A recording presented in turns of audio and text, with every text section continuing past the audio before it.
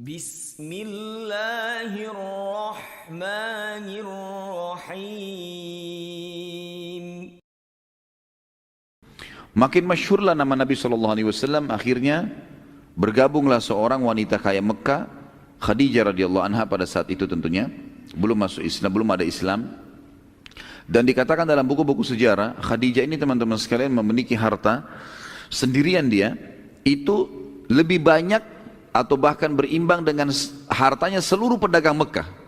Saking kayanya gitu kan. Orang terkaya Mekah, hartanya Khadijah radhiyallahu anha sendiri, digabung semua pedagang-pedagang Mekah hartanya itu baru sama dengan hartanya Khadijah. Bahkan Khadijah mungkin lebih banyak daripada itu. Khadijah pun akhirnya menitipkan hartanya kepada Nabi SAW, coba ya. Dan Khadijah ingin memastikan tentang kejujuran yang terkenal itu. Beliau menitipkan seseorang yang bernama Maisarah. Maisarah ini sahaya, hamba sahayanya beliau. Kemudian menitipkan kepada Nabi SAW. Maisarah selama perjalanan terkagum-kagum dengan Nabi SAW. Di antara yang membuat dia sangat kagum adalah beberapa fenomena alam yang terjadi dan bagaimana akhlaknya Nabi SAW. Di antaranya adalah perilaku Nabi SAW dengan Maisarah beda sekali dengan perilaku siapapun pada saat itu yang menjadi majikan atau tuan bagi seluruh sahaya. Kebanyakan mereka tuh kasar berkata-kata, suka perintah-perintah sembarangan, kadang-kadang sering dipukul, kadang-kadang marah sedikit nggak diberikan makan, gitu kan. Kemudian kalaupun ada keuntungan, ada segala, tidak pernah ada bagi, tidak ada sesuatu yang dikasih, gitu. Maka berbeda sekali dengan Nabi SAW. Nabi kalau makan, panggil Maisarah makan bersama-sama. Nabi SAW kalau istirahat, panggil Maisarah istirahat di sebelahnya. Nabi SAW mengajak ngomong seperti temannya sendiri. Selalu saja begitu, dari pergi sampai pulang. Perjalanan dari Mekah ke negeri Syam sebulan. Gitu kan? Itu pun kalau menggunakan kuda yang tercepat. Kalau orang membawa kafilah dagangan lambat, bisa 2 bulan perjalanan. Jadi selama 2 bulan perjalanan, Nabi SAW selalu bermuamalah yang baik dengan dia. Pulang juga begitu. Kemudian fenomena alam yang terjadi adalah sepanjang jalan dia kaget melihat semuanya ya, kafilah-kafilah di depan ada kelihatan, di sana kelompok kafilah sekian puluh ekor unta, di sana lagi kafilah banyak padang pasir yang sangat luas. Tapi kafilah Nabi SAW ini yang kebetulan itu cuma Nabi sendiri yang jaga beberapa ekor unta dengan Maisarah. Itu dinaungi oleh awan. Dinaungi oleh awan, tidak panas, padahal lagi terik sekali matahari. Kok bisa awan ini cuma ada di atas kafilah Nabi SAW? Itu Maisarah saksikan sendiri. Pada saat itu lagi terjadi dan sudah sampai di negeri Syam.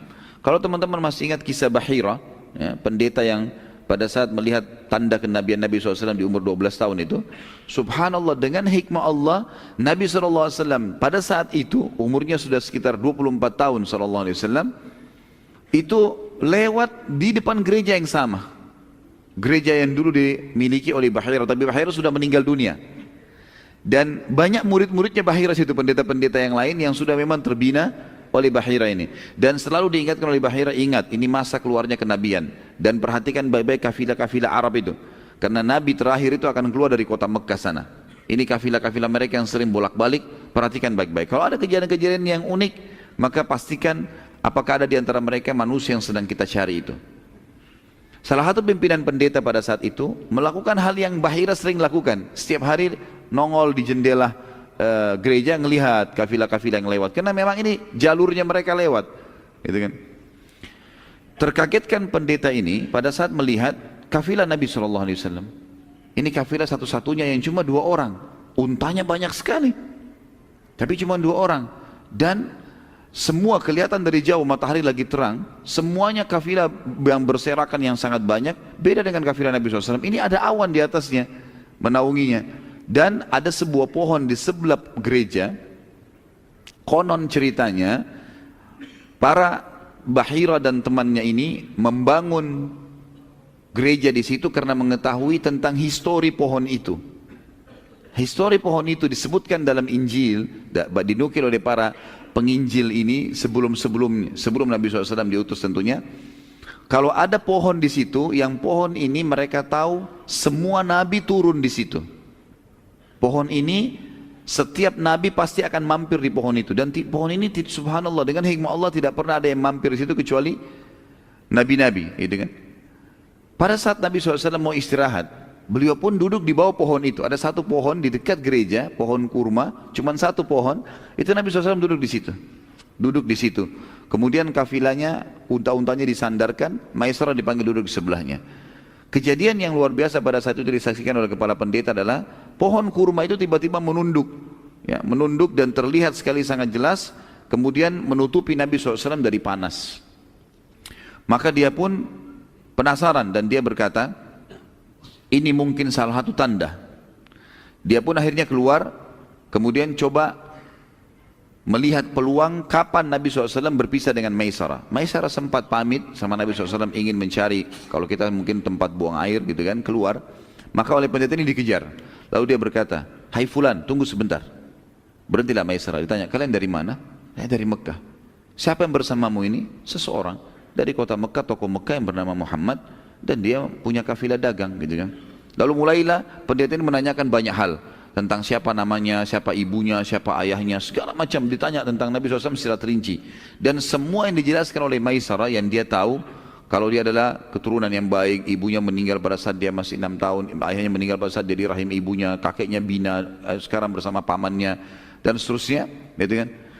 Dan dia terkenal sekali dengan julukan Al-Amin di Mekah. Semua ini ciri-ciri disebutkan yang diketahui oleh pendeta ini adalah ciri kenabian. Lalu kemudian pendeta ini pun setelah pertanyaan yang banyak kepada Maisarah dan dia penasaran, maka dia mengatakan, baiklah kalau begitu, saya berterima kasih atas pendapatmu ini dan saya coba ya akan menyampaikan kepada teman-teman di dalam gereja gitu. Terus si Maisarah bilang, sebentar, boleh saya nanya enggak? Iya. Apa rahasia pertanyaan Anda tadi? Kenapa Anda bertanya seperti itu? Lalu dia mengatakan, pendeta itu mengatakan, dan ini membuat Maisarah kaget, dan nanti ini yang akan disampaikan kepada Khadijah pada saat pulang ke Mekah yang mendorong Khadijah mau menikah dengan Nabi SAW. Salah satu faktornya itu. Maka dia mengatakan, ketahuilah wahai anak muda, karena Maisarah masih muda, masih belasan tahun berumur seperti ini, di bawah sedikit dari Nabi SAW. Ketahuilah, menurut keyakinan kami dan apa yang kami dapatkan dalam Injil, tidak ada yang turun di bawah pohon ini kecuali seorang nabi, Maka ketahuilah yang sedang bersamamu sekarang adalah nabi yang sedang ditunggu. Jadi ceritanya hanya seperti itu saja, tidak ada penyampaian setelahnya seperti apa. Apakah pendeta itu beriman atau tidak? Tidak seperti kisah Bahirah. Kalau Bahirah memang dia sudah berazam, bertekad kalau memang Nabi SAW di masa kenabian dia masih hidup, dia mau beriman. Tapi pendeta ini tidak, dia kembali ke gerejanya, kemudian buku-buku sejarah menceritakan atau memutus sampai itu kisahnya, dan Nabi SAW sudah langsung pergi ke negeri Syam. Saat tiba di negeri Syam, teman-teman sekalian, Maisarah bertambah kagum lagi pada saat melihat bagaimana Nabi SAW bermuamalah dan berperilaku dengan para penduduk negeri Syam. Beliau cepat sekali berbaur, sangat supel, ya, mudah dalam membeli dan menjual. Dan ini subhanallah bagian dari syariat semua nanti setelah Nabi SAW diutus menjadi Nabi gitu kan. Sebagaimana beliau mengatakan, ya, rahmat Allah kan terkena kepada atau akan didapati oleh orang yang selalu mudah dalam bertransaksi, mudah membeli, mudah menjual. Itu adalah salah satu ciri orang beriman ya. Nah, orang beli ya sudah, orang nawar ya sudah, mudahin. Yang penting memang dia tidak dirugikan gitu. Bukan orang yang sudah tahu ada keuntungan masih ditekan supaya mendapatkan keuntungan yang lebih. Enggak ada seperti itu.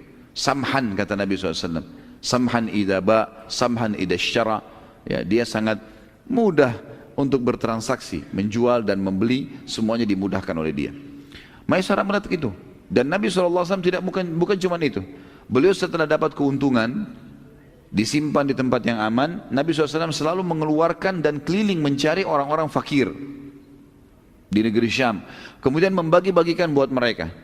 Kemudian Nabi SAW juga selalu berusaha untuk menguasai seluruh pasar tanpa letih. Beliau keliling ke seluruh pasar lalu menawarkan produk-produknya tanpa letih. Ini nolak, dia pergi ke tempat yang lain. Ini nolak, dia pergi ke tempat yang lain. Sampai akhirnya terjadi transaksi. Dan subhanallah di hari Nabi SAW tiba, seluruh produk Mekkahnya habis. Seluruh produk Mekkahnya habis dalam satu hari. Karena Nabi SAW keliling, ya senyum dengan orang, ramah, mudah. Orang mentransaksi, beli ini berapa, sekian harganya, sekian saja, ya sudah, gitu loh. Dimudahin sama beliau. Maka habis produknya pada hari itu, Sallallahu Alaihi Wasallam. Di hari kedua, beliau sudah bisa membeli barang dari negeri Syam. Dan pada saat beli, karena kemarin dia sangat supel dengan orang-orang Sallallahu Alaihi Wasallam, maka orang-orang pedagang-pedagang di pasar juga memudahkan dia pada saat transaksi. Jadi orang-orang Syam pun pada saat mengatakan Nabi SAW tawar, kain ini berapa? Sekian. Baiklah, bisa saya beli sekian? Enggak bisa, silahkan ambil uangnya. Langsung saja. Maka di hari kedua saja, Nabi SAW sudah berhasil membeli seluruh produk yang dibutuhkan dari uang yang ada. Sehingga kafilah Nabi SAW lebih dulu kembali ke Mekah. Dan ini tidak pernah terjadi dalam kafilah-kafilah Quraisy, karena mereka selalu tinggal di negeri Syam lama. Mereka duduk-duduk dulu, mereka mabuk-mabuk, mereka bermain perempuan, mereka segala macam, sudah menjadi tradisi jahiliyah. Kemudian nanti mereka sudah 2 minggu, 3 minggu baru mereka balik ke Mekah, gitu kan. Jadi pelan-pelan mereka berdagang. Nabi SAW tidak, cepat bekerja dan cepat juga menyelesaikannya, selesai mengeksekusinya. Pulanglah Nabi SAW bersama Maisarah menuju ke Mekah. Pada saat tiba di Mekah, karena kafilah-kafilah dagang Quraisy belum tiba, dan sudah menjadi tradisi juga di Mekah teman-teman sekalian, kalau ada kafilah datang, maka ada orang-orang tertentu, penjaga-penjaga pintu gerbang Mekah itu mengiklankan dengan suara keras, wahai Quraisy, kafilah dagang ada yang datang, gitu. Maka orang-orang Quraisy pada ngumpul. Jadi sebelum masuk pasar mereka sudah keroyokin tuh apa yang mereka mau beli di situ. Ada yang sisa baru dijual di pasar. Kafilah Nabi SAW datang, dan ini bukan waktu datangnya kafilah Quraisy. Waktunya sudah mereka tahu lah, sekian waktu datang kafilah, baru mereka datang. Mereka kaget, kok ada kafilah datang nih. Kemudian mereka datang, gitu kan. Di luar pintu Bani Syaibah, di luar pintu gerbangnya Mekah. Lalu mereka kaget, kafilahnya Muhammad Al-Amin telah datang, tersebar satu Mekah nih. Ini orang yang kepercayaan sudah datang nih. Walaupun beliau belum lama berdagang dari negeri Syam. Mereka tanya, hai Muhammad, barang dagangan Syam? Kata Muhammad SAW, iya. Boleh kami transaksi? Silahkan. Mulailah mereka memilih produk yang mereka mau. Ini ya Muhammad berapa? Sekian. Baiklah, bisa sekian? Silakan. Dihabisin. Dalam hitungan satu hari itu juga, dagangan Nabi SAW habis. Hari itu juga habis. Belum masuk ke pintu gerbang Mekah, sudah habis. Dengan keuntungan yang berlipat-lipat. Maka Nabi SAW dimudahkan oleh Allah Subhanahu Wa Taala dengan akhlak yang baik, dan wajar Allah mengatakan dalam surah Al-Qalam, A'udzubillahi minasyaitonir wa innaka la'ala khuluqin 'adzim. Maksudnya kau Muhammad secara fitrah kau memiliki akhlak yang sangat luar biasa, mulia sekali. Nabi SAW selalu cenderungnya kepada kebaikan. Kejadian ini akhirnya tersebar di negeri Mekah, di kota Mekah. Pada saat itu kafilah Muhammad Al-Amin datang. Kemudian habis dagangannya, dan orang-orang Mekah puas dengan dagangan itu. Nabi SAW pada hari yang sama tidak menunda sama sekali, walaupun dalam kondisi capek, pergi ke rumah Khadijah menyampaikan amanahnya. Ini adalah amanahnya, ini uangnya. Dan bukan cuma Khadijah, karena banyak sekali orang menitipkan uang pada saat itu. Semua diantarkan pada hari itu. Nabi SAW tidak tidur kecuali sudah menyampaikan semua amanah. Ini modalnya, ini keuntungannya, ini modalnya, ini keuntungannya. Semua selesai pada hari itu. Padahal dalam kondisi capek, datang dari safar. Ini sebuah adab yang luar biasa teman-teman bagi pedagang. Jangan tunda-tunda pembayaran, jangan tunda-tunda pengembalian hak orang lain. Langsung pada saat itu kita bisa tidur tenang, kalau meninggal pun jadi aman, gitu kan. Maka dibagilah. Karena kejadian ini makin harum nama Nabi SAW. Dan Khadijah pun tidak pakai menunggu lagi, langsung bertanya kepada Maisarah, sebenarnya apa yang kamu lihat pada saat kamu sedang bersama Muhammad? Ceritakan saya kejadiannya. Apa yang terjadi? Kenapa kafilahnya datang lebih dulu dari Syam? Apa yang terjadi pada saat kamu sedang di sana, gitu kan? Bagaimana dia bermuamalah dengan orang-orang, gitu. Maka pada saat itu Maisarah menceritakan semua apa yang dia lihat, dari kasus jalan ada naungan awan, dari kasus pohon yang nunduk, dari kasus pertanyaan pendeta, dari kasus Nabi SAW sudah membeli barang-barang dari Mekah kemudian menjualnya di negeri Syam, dan bagaimana dia bermuamalah dengan sangat mudah, bertransaksi, kemudian dalam satu hari habis semua produknya, hari kedua dia sudah beli produk lagi, kemudian beliau juga segera pulang ke Mekah. Lalu kemudian di pintu gerbang Bani Syaibah sudah diperebutkan oleh masyarakat Mekah, dan mereka puas semua dengan harganya, dan pada hari yang sama sudah dibagikan keuntungannya. Maka pada saat itu perlu digarisbawahi teman-teman, bahwasanya Khadijah radhiyallahu anha ini walaupun pada saat itu berumur 40 tahun tapi terkenal sekali dengan kecantikannya. Dan ini mungkin sudah menjadi sesuatu yang fitrah ya.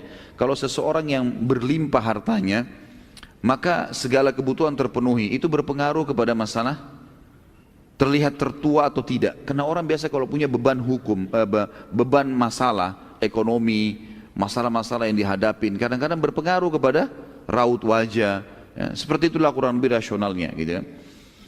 Maka Khadijah terkenal sekali dengan kecantikannya dan selalu dilamar oleh banyak orang Mekah walaupun beliau sudah menjadi janda pada saat itu. Dan orang-orang yang ditolak ini terkenal.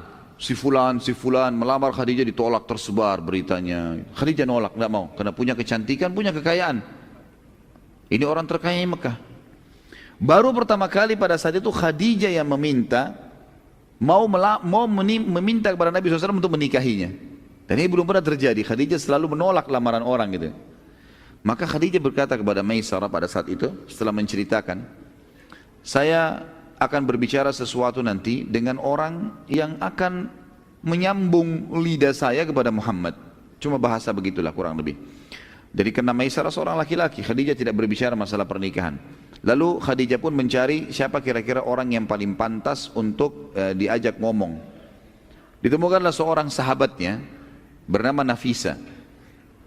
Nafisa sahabat dekatnya Khadijah. Lalu berkata Khadijah, wahai Nafisa, apa kamu sudah tahu cerita tentang Muhammad? Oh belum, kata Nafisa. Kata Khadijah, ceritanya begini loh. Begini, diceritain semua panjang lebar yang Maisarah cerita. Lalu Nafisa juga kaget, seperti itu kah Khadijah? Dia bilang iya. Dan saya punya niat sesuatu yang saya ingin kamu yang menyampaikannya. Kata Nafisa, apa itu? Saya ingin agar engkau menyampaikan kepada Muhammad untuk melamarku. Kata Nafisa, selama ini kau nolak tokoh-tokoh Mekah yang kaya raya, sekarang kau minta Muhammad untuk melamarmu? Artinya Nabi SAW memang waktu itu pedagang, tapi bukan sekelas levelnya orang-orang nomor satunya Mekah yang melamar Khadijah kemudian ditolak, gitu kan? Maka pada saat itu kata Khadijah, iya, saya bersedia kalau Muhammad mau menjadi suami saya. Maka Nafisa pun tidak menunda, mengatakan urusan saya akan pergi. Maka waktu itu Nafisa pun mendatangi rumah Nabi SAW, kemudian menemuinya di depan ada keluarga-keluarga pada saat itu. Di antaranya tentu ada Abu Talib pamannya, kemudian ada sepupu-sepupunya gitu kan. Lalu Nafisa mengatakan, wahai Muhammad, mengapa engkau belum menikah? Kata Nabi SAW, belum cukup bekal. Ini biasanya kalau dalam terjemahan bahasa Indonesia begitu ya. Kalau bahasa Arab itu minkillati dzatiyat. Orang Arab biasa begitu. Bisa saja dia mengatakan, saya belum punya rumah, karena masih numpang sama pamannya memang pada saat itu. Itu kan masih tinggal sama Abu Talib. Kemudian usaha saya masih baru mulai. Ya nantilah. Kalau sudah mantap semua sudah mapan baru saya menikah. Lalu kata Nafisa, ya, wahai Muhammad, mengapa engkau tidak menikah dengan wanita yang berkumpul semua pada dirinya hal yang kau butuhkan? Kecantikan, jalur nasab, ya, kekayaan, kepintaran, gitu kan, kedudukan, semua ada. Kata Nabi SAW, siapa yang kau maksudkan?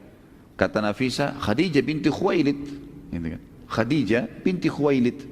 Lalu kata Nabi SAW, bagaimana bisa Khadijah? Mali wal Khadijah, kata Nabi SAW. Bagaimana saya dengan Khadijah? Mustahil lah itu terjadi. Karena Khadijah siapa? Orang yang memang menolak semua tokoh-tokoh satu Mekah, tahu kalau dia tolak tokoh-tokoh Quraisy. Lalu dia mau menikah dengan orang yang tadinya penggembala kambing, kemudian sekarang menjadi pengusaha kecil. Kata Nafisa, itu urusan saya. Yang penting kamu setuju dulu, gitu kan?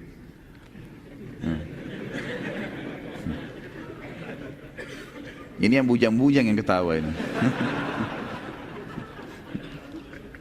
Maka pada saat itu pun Nafisa kembali kepada Khadijah mengatakan, oleh Khadijah, sudah selesai urusannya. Apa yang selesai? Muhammad sudah setuju, gitu kan? Kata Khadijah, baik kalau begitu, jangan ditunda, gitu kan? Maka Nafisa kembali lagi ke Nabi SAW mengatakan, wahai Muhammad, sudah selesai urusannya. Apa yang sudah selesai? Khadijah sudah setuju, gitu kan? Sudah selesai urusannya. Kapan kita bertemu? Bertemu. Dipanggillah Abu Talib, paman Nabi SAW, menghadap ke rumahnya Khadijah. Dan Khadijah itu ditemanin oleh, ada yang mengatakan yang temanin, waktu itu Nabi SAW dikatakan ditemani oleh pamannya Abu Talib dan Hamzah. Tentu ini sebelum bicara masalah Islam ya. Kemudian Dari pihak Khadijah ayahnya sendiri Khuwailid, dan ada yang mengatakan ditemani juga oleh sepupunya Waraka bin Naufal, ya, pendeta Nasrani nanti yang akan mengakui kenabian Nabi SAW di masa penerimaan wahyu Iqra' bismi rabbikal ladzi khalaq. Baik, pada saat itu terjadilah kesepakatan dan akhirnya menikahlah Nabi SAW dengan Khadijah. Dan pada saat itu maharnya Nabi SAW yang diberikan adalah 20 ekor unta. Ya, jadi satu ekor unta itu sekarang sudah berapa harganya? Ratusan juta, gitu kan? Apalagi ya sampai 20 ekor unta ini. Dan ini bantahan yang sangat jelas kepada para orientalis yang mengatakan Muhammad sengaja menikah dengan orang kaya karena dia ingin membiayai hidupnya. Dan ini tidak benar sama sekali. Salah sekali ini. Karena Nabi SAW waktu itu setelah menikah pun sama Khadijah, beliau yang memberikan kebutuhan rumah, nafkah, walaupun tetap memutar modal Khadijah. Karena setelah menikah, Khadijah menyerahkan seluruh hartanya radhiyallahu anha kepada Nabi SAW untuk dikelola, gitu kan. Silakan kelola lalu dipakai bersama-sama, gitu kan.